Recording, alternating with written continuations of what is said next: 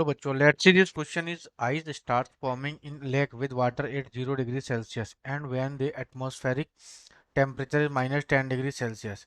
If the time taken for 1 centimeter of ice be 7 hours, then the time taken for the thickness of ice to change from 1 centimeter to 2 centimeter.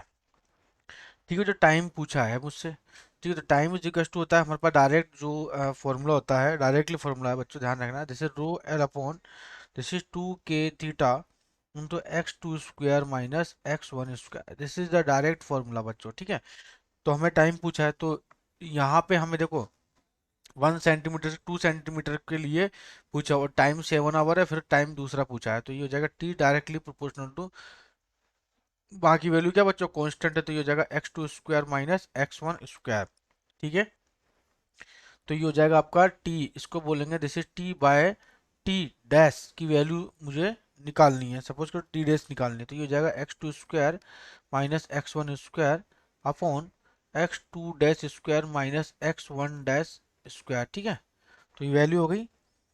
ठीक है, तो ये बच्चों value रखो, पहले time कितना 7 our, तो 7/t dash is equal to, फिर उसके बाद हमारे पास ये है कितना 1 सेंटीमीटर, 1 सेंटीमीटर है ना, 1 सेंटीमीटर, तो हो जाएगा 1 का स्क्वायर माइनस 0 का स्क्वायर। ठीक है, और फिर उसके बाद कितना जा रहा है 1 से 2, तो 2 का स्क्वायर माइनस 1 का स्क्वायर, तो ये हो जाएगा हमारे पास 7/t dash is equal to 1/2 का स्क्वायर, दिस इज 3, तो t dash is equal to हो जाएगा 21 आवर्स। क्लियर बच्चों, 21 आवर्स, तो यहाँ पे 21 आवर्स, तो more than 7 hours, more than 7 is 21 is over answer. Best of luck.